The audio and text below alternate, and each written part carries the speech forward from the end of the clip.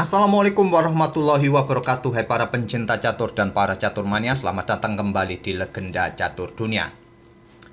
Mulai hari ini dan mungkin sampai 10 hari ke depan kawan, ada dua event turnamen top dunia yang jadwalnya berbarengan, yaitu turnamen The American Cup yang diikuti oleh 8 pemain top Amerika kawan, dan turnamen online Chess Champion Tour seri ketiga. Turnamen American Cup sudah dimulai tadi subuh, sedangkan Chess Champion Tour seri ketiganya nanti akan dimulai di hari Jumat. Jadi kita akan ulas beberapa game dari The American Cup terlebih dahulu. Turnamen American Cup ini kawan ada dua kategori, kategori open yang diisi pria semua dan kategori wanita, dan memakai format yang sangat menarik yang mungkin jarang pernah kita tahu kawan. Menggunakan sistem gugur yang diikuti oleh 8 pemain top Amerika, tapi yang kalah masih punya kesempatan kedua untuk bisa jadi juara di turnamen ini. Jadi begini kawan formatnya. Game yang dipakai adalah game classical dengan kontrol waktu 90 menit plus 30 menit tanpa increment waktu kawan, dan tak boleh ada penawaran remis pada turnamen ini. Ambil contoh salah satu pemain ini gagal lolos di babak pertama kawan, dia akan turun ke bracket yang di bawah memainkan permainan 25 menit. Masing-masing pemain yang kalah akan dipertemukan dan sampai menuju puncak nanti kawan akan bertemu dengan pemenang di pemain utama atau di champion bracket ini. Jadi pemain yang kalah masih bisa menjuarai turnamen ini jika nanti dia bisa mengalahkan para pemain-pemain yang kalah dan mengalahkan pemenang di bracket champion ini kawan. Itulah format yang dipakai di turnamen ini kawan. Dan berikut inilah 8 pemain utama di kategori open yang ikut serta di turnamen ini. Di situ nampak kawan, Levon Aronen sebagai pemain dengan elo tertinggi Amerika Serikat saat ini akan bertemu dengan Robson di babak pertama. Dilanjut Dominguez bertemu Sam Saklan, Wesley So bertemu dengan Sevian, dan Fabiano Caruana bertemu dengan Jeffrey Xiong. Dan game yang akan kita ulas ini adalah gamenya Wesley So versus JM Sevian kawan. Sam Sevian ini merupakan Grandmaster muda kawan, umurnya masih sekitar 21 tahun. Dan mereka akan bermain 2 game pada babak pertama. Jika berakhir imbang kawan akan berlanjut dengan playoff atau tie breaks untuk menentukan siapa yang lolos ke babak berikutnya. Di sini Wesley So pada game pertama ini pegang putih, mengawali dengan pion D4, kuda F6 oleh Sevian dan pion C4, pion E6, kuda C3, gajah B4. Lagi-lagi kawan, akhir-akhir ini kita sering mengulas permainan Nimzo Indian Defense. Jadi saya tidak perlu lagi menerangkan langkah-langkah apa yang bisa dilanjutkan oleh putih pada posisi ini. Wesley So memainkan pion E3 memilih variasi normal. Rokade oleh Sevian, gajah D3, pion D5, dan di sini pion C pukul pion D5, dipukul balik oleh pion E, pion A3, dan di sini gajah ke D6. Cukup berbeda dengan variasi yang sering kita ulas kawan saat pion A3 dimainkan terjadi pertukaran gajah pukul kuda. Tapi jika sekarang dengan variasi normal seperti ini kalian melanjutkan pertukaran gajah gelap kalian, ini bukan keputusan yang bagus kawan. Jadi petak D6 merupakan pilihan utama di posisi seperti ini. Dan pada posisi ini kawan, di game-game sebelumnya pengembangan kuda G ke E2 ke F3 ataupun melanjutkan langkah gajah ke petak D2, kuda ke petak B5, atau bahkan bermain dengan pion B4 sekalipun merupakan pilihan utama di game-game sebelumnya yang pernah ada. Tapi Wesley So bermain dengan menteri C2 dan ini merupakan langkah baru yang belum pernah dimainkan sebelumnya di langkah ke-8 ini. Sebetulnya kawan di beberapa langkah berikutnya ada diagram yang pernah tercapai sebelum game ini. Tapi karena urutannya cukup berbeda, jadi saya kira langkah menteri ke petak C2 ini adalah langkah baru yang belum pernah dimainkan sebelumnya di langkah ke-8 ini. Pion C6 dimainkan oleh Sevian, kuda G berkembang ke E2, beteng E8, gajah D2 melanjutkan pengembangan, selanjutnya kuda B berkembang ke D7. Seringkali kawan hitam sering bermain dengan pengembangan kuda terlebih dahulu daripada gajah. Padahal pengembangan kuda seperti ini, seperti yang kalian lihat, akan menghalangi jalan bagi gajah untuk berkembang di peta E6 atau peta G4 ini. Kalaupun sekarang gajah ini dikembangkan terlebih dahulu di peta G4, apa jadinya kawan? Akan memberikan tempo bagi putih untuk bermain dengan pion-pionnya nanti. Di sini kawan, akan diikuti pion-pion untuk didorong dan putih punya kesempatan atau pilihan untuk rokade panjang dan putih akan mempunyai tempo yang lebih cepat dengan serangan pada pionnya nanti. Atau pada posisi ini jika dikembangkan di peta E6 apa jadinya? Tentu tidak efektif bagi beteng. Jalurnya akan tertutup dan ini akan memberikan keuntungan tempo bagi putih kawan. Oleh karena itu pada posisi seperti ini kuda berkembang ke D7 merupakan pilihan utama. Sekarang pion F3 jelas untuk mengontrol petak-petak terang ini kawan, atau mendukung pionnya untuk didorong membentuk serangan badai, dan opsi rokade panjang akan dimainkan oleh Wesleso bisa jadi. Pion C5 menantang pertukaran pion pusat agar putih tidak mempunyai pion pusat yang cukup mengganggu di peta-peta ini agar kudanya nanti bisa menempati peta ini. Tentu saja kawan, tantangan seperti ini akan ditolak oleh putih. Putih tidak ingin kehilangan kontrol peta pusatnya kawan. Atau mungkin pion ini disiapkan untuk mengancam gajah terang, bisa jadi oleh Sevian.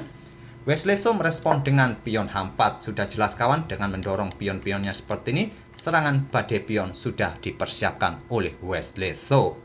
Di sini kawan, pion H5 untuk mencegah pion G4 ini. Pada posisi ini apa jadinya? Pion ini didorong maju kawan untuk mengusir gajah di diagonal ini. Gajah masih punya peta di peta F5 ini kawan. Jika diserang lagi, gajah akan ditarik mundur. Tetap saja kawan, pion ini akan tetap didorong. Rokade panjang bisa jadi pilihan utama nantinya. Di sini tadi Sevian memilih bermain dengan pion H5 terlebih dahulu, menghentikan pion G, dan di sini Wesleso terlebih dahulu memutuskan rokade panjang. Cukup menarik persiapan balapan pion di kanan kiri papan, nanti akan kita lihat kawan. Pion A6 sudah jelas, pion B5 akan dimainkan. Pion G4 oleh Wesleso mengorbankan satu pion di lajur G untuk membuka jalan bagi betengnya kawan, menyerang di lajur-lajur ini, dan langsung diterima oleh Sevian, dipukul balik oleh pion F, dipukul balik oleh kuda. Sementara Sevian unggul satu pion di langkah ke-15, Wesleso mendorong pionnya lagi. Mengambil pion pusat ini tak ada masalah juga bagi putih kawan. Dan sekarang komposisi pion pun kembali setara. Mungkin kuda ke F2, di sini kalian bisa menggeser beteng H ke F1. Jika sekarang kuda ambil beteng ini, masih bisa dipukul balik oleh menteri kawan. Dan engine pun masih menyatakan putih pun baik-baik saja walaupun sudah kehilangan beteng. Tapi coba lihat kekuatan gajah nanti jika diagonal-diagonal ini terbuka, juga bisa efektif untuk memberikan serangan bagi hitam di diagonal-diagonal ini, apalagi nanti dengan dukungan beteng di jalur-jalur yang terbuka seperti ini kawan. Oke, kita kembali ke langkah aslinya. Wesleso memilih pion H5 dibalas dengan kuda mundur ke F8. Kuda tadi bergerak ke peta ini cukup bagus juga kawan. Meletakkan kuda di F8 sepertinya stopis tidak menyukainya karena posisi kuda ini terlihat cukup jauh dari area pusat kawan. Kalau di F6 kan bisa menjangkau peta-peta ini kawan. Mungkin juga dipersiapkan manuver ke peta ini nanti kawan, sekaligus untuk membuka diagonal terang untuk mengawasi kudanya di peta G4. Kenapa tadi pada posisi ini hitam tidak memilih untuk menggarpu kedua beteng putih ini kawan? Sama seperti yang saya sebut tadi kawan, walaupun kehilangan beteng, nanti dengan kekuatan gajah masih cukup efektif. Ini akan memberikan tempo bagi putih bermain dengan pion H6-nya tadi. Oleh karena itu pada posisi seperti tadi, sepertinya hitam ingin memperkuat posisi pertahanannya dengan kuda F8. Dan Wesleso menggeser beteng D ke G1. Mendorong pion merupakan pilihan utama kawan, membuat langkah pengorbanan pion lagi agar lajur-lajur ini terbuka penuh. Kemungkinan akan ditolak, pion hitam akan didorong maju. Selanjutnya hitam melangkah kuda ke F2, sedang mengincar gajah ataupun beteng di peta H1. Gajah terang ini cukup berbahaya kawan, mendukung betengnya di diagonal ini. Wesleso tidak memperdulikan ancaman terhadap gajah dan betengnya, dia melakukan pertukaran pion pusat, bukan pilihan terbaik. Pilihan terbaik mendorong pion H6 ini kawan, tetap pilihan utama. Tapi Wesleso bermain dengan pion D pukul pion C5, taktik defleksi kawan untuk mendefleksikan posisi gajah ini sebetulnya. Tidak dipukul balik oleh hitam, dia bermain dengan gajah E5. Kenapa dia bermain seperti ini kawan? Karena terlihat serangan dari Wesleso di beberapa langkah berikutnya akan cukup gencar di sayap raja. Jadi gajah dipersiapkan untuk membantu backup pertahanan di diagonal gelap ini, khususnya peta F6, peta G7. Inilah yang jadi persiapan oleh hitam. Tidak terburu-buru mengambil pion C5 ini karena pion H6 akan dimainkan. Di sini akan didorong pionnya maju ke G6 kawan, dan di sini terjadi atau ada peta-peta lemah yang butuh backup dari gajah di peta E5 tadi kawan. Oleh karena itu gajah ditempatkan di E5, Wesley So melanjutkan pion H6. Pion G6, di sini pion H7 skak, raja ke H8, dan beteng naik ke H6, langkah kesalahan. Mengangkat betengnya cukup ke H5, menurut Stockfish langkah terbaik. Karena kenapa? Jika beteng ini pengorbanannya diterima satu langkah skak mat kawan, pada posisi ini beteng juga mengincar gajah ini agar mengeliminasinya. Hitam tidak punya lagi kontrol pada petak-petak gelap nanti. Itulah mungkin rencana yang dipersiapkan oleh Stockfish. Tapi Wesley So memilih mengangkat betengnya ke H6, memberikan pressure lebih bagi pion G6 ini kawan. Dengan dukungan gajah, kedua beteng di sini mungkin nanti akan ditambah lagi dengan kuda F4 menyerang pion petak G6. Hitam merespon dengan gajah G7, beteng turun ke H2 mengancam kuda, kuda ke G4, selanjutnya beteng naik lagi ke H3 menghindari ancaman. Selanjutnya di sini hitam melangkah kuda ke E5 mengancam gajah terang kawan, dan tidak diperdulikan lagi oleh Wesley So. Dia melangkah, beteng ditumpuk di lajur G, dan hitam tidak terburu-buru untuk ambil gajah ini. Walaupun mengambilnya saya rasa juga masih cukup bagus, masih bisa dipukul balik oleh menteri. Hitam masih mempunyai tempo untuk melangkah memperbaiki posisi pertahanannya nanti kawan. Tapi di sini tadi hitam tidak melanjutkan pukul gajah, dia melangkah kuda satunya menuju pusat, mencari petak yang lebih efektif lagi kawan. Karena pertahanannya sudah di backup oleh gajah, jadi sekarang kuda dipersiapkan untuk menyerang, khususnya untuk mengambil pion C5. Tidak diperdulikan oleh Wesley So, dia melangkah kuda F4 menambah tekanan pion G6. Dan di sini terjadi pertukaran kuda dipukul balik oleh pion, terjadi pertukaran kuda pukul gajah dengan tempo skak dipukul balik oleh menteri. Selanjutnya pion D4. Kuda menghindar ke E4, menteri hitam D5 mengancam kuda, dan di sini kuda ke G5. Apakah fungsi kuda ini untuk menjaga pion? Tak perlu dijaga kawan, kemungkinan hitam tidak akan mengambilnya. Pion ini untuk tameng rajanya sendiri. Di sini hitam merespon dengan langkah menteri ambil pion C5 skak, bukan pilihan terbaik menurut Stockfish. Stockfish menyarankan gajah untuk berkembang dengan tempo menyerang menteri. Kemungkinan akan digeser ke B3 kawan, menantang pertukaran menteri di sini. Diterima dan diterima. Di sini beteng bergeser ke sini dan seterusnya. Mungkin kuda akan ambil pion C7 skak. Raja ambil pion, beteng H1 skak, raja ke G8. Di sini beteng ambil pion B7 untuk menjaga kudanya. Beteng ambil pion ini skak, ditutup oleh gajah. Jika raja bergeser ke sini, satu langkah skak mat. Jadi pada posisi ini gajah akan dikorbankan, dan jangan terburu-buru untuk ambil pion ini karena 3 langkah skak mat akan didapat oleh putih nanti kawan. Dengan langkah pengorbanan beteng ke H8 skak, dipukul oleh gajah, kuda ke H6 skak, raja bergeser ke peta ini, dan nanti diakhiri dengan beteng bergeser ke peta F7 skak mat. Oke, kita kembali ke langkah aslinya. Sampai di mana tadi? Selepas kuda ke G5 ini, Sevian mengambil pion C dan dengan tempo skak. Di sini raja bergeser ke D1, tidak lagi berani bergeser ke petak B1 kawan, karena kena ancaman serangan tusuk sate nanti. Harus mengorbankan kuda, tetap saja disikat oleh gajah nanti, menteri akan tetap tewas. Dan selanjutnya menteri ke D5. Menempati posisi sentral kawan, dijawab dengan menteri F3 menantang pertukaran menteri. Tantangan ditolak, menteri ke A2 ingin mengincar pion B2, tapi ini adalah langkah blunder yang membuat permainan kembali seimbang. Putih mempunyai chance untuk melakukan counter attack kawan. Pada posisi ini langkah terbaik adalah mengembangkan gajah ke peta E6 ini kawan, untuk mengawal pion F7-nya dari ancaman kuda. Tapi di sini tadi kita lihat menteri bergerak ke peta A2. Walaupun berada pada satu diagonal menjaga pionnya ini kawan, Wesley So tetap berani ambil pion F7 skak.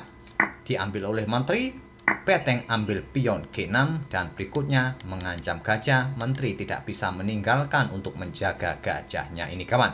Selanjutnya pion D3 untuk membuka diagonal bagi aktivitas gajah, juga untuk mengawasi peta-peta ini kawan agar raja tidak bisa naik lagi. Ancaman berikutnya yang jelas adalah menteri ke peta B3 skak. Raja sudah tidak bisa bergeser ke sini kawan, karena di sini ada beteng. Raja harus bergeser ke sini dan menteri ambil pion dengan dukungan gajah ataupun melakukan skak mat di peta C2 bisa jadi nantinya.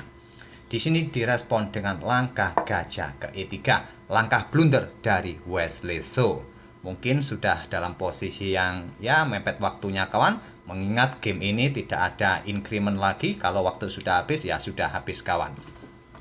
Langkah terbaik bagi putih untuk mengantisipasi ancaman skakmat adalah bermain dengan langkah menteri ambil pion ini, tak ada masalah. Untuk mengawasi peta B3 ini kawan. Dan kemungkinan gajah akan ke peta F5 inilah yang mungkin ditakutkan oleh Wesley So. Dia akan kehilangan betengnya nanti. Di sini beteng bisa sikat gajah di peta G7, sama-sama memberikan ancaman bagi menteri masing-masing. Dan kemungkinan di sini adalah menteri akan ke peta H5 menghindari skak, dan menteri putih akan tetap tewas kawan. Raja ke C1, gajah pukul menteri, dan selanjutnya beteng bisa digeser untuk menghadang pergerakan beteng-beteng hitam yang ingin melakukan skak. Jika dilanjutkan kawan, permainan akan berakhir remis. Kalian tidak percaya? Silahkan kalian otak-atik dengan engine terkuat, mau Stockfish atau apa, karena saya juga pakai Stockfish. Oke, kita kembali ke langkah aslinya. Wesley So dalam kontrol waktu yang sudah mepet. Sebetulnya Sevian yang lebih mepet hanya menyisakan 2 menit. Wesley So masih mempunyai 8 menit. Dia melangkah gajah E3 untuk membuka ruang atau memblokade lajur E agar rajanya jika ada ancaman skak bisa bergeser ke sini kawan. Dan dijawab dengan menteri B3 terlebih dahulu skak. Raja ke E1, pion didorong skak, dan raja bergeser. Kenapa tidak diambil ini kawan dengan raja? Karena diambil dengan gajah tidak bisa. Kalau dengan raja, maka selanjutnya gajah akan ke F5 untuk mengeluarkan beteng satunya, nanti juga mendukung menteri melakukan skak di sini. Di sini hitam tidak mempunyai tempo skak kawan. Kalaupun mendapatkan gajah di peta G7, 8 langkah lagi akan skak mat. Jika pion tadi diambil oleh raja, dan saya tidak perlu lagi melanjutkan langkah-langkah berikutnya seperti ini, 8 langkah lagi akan skak mat. Di sini tadi saat pion didorong skak, raja naik ke F2 dan pion dipromosikan menjadi menteri. Pada posisi seperti ini kawan, Wesley So menyerah.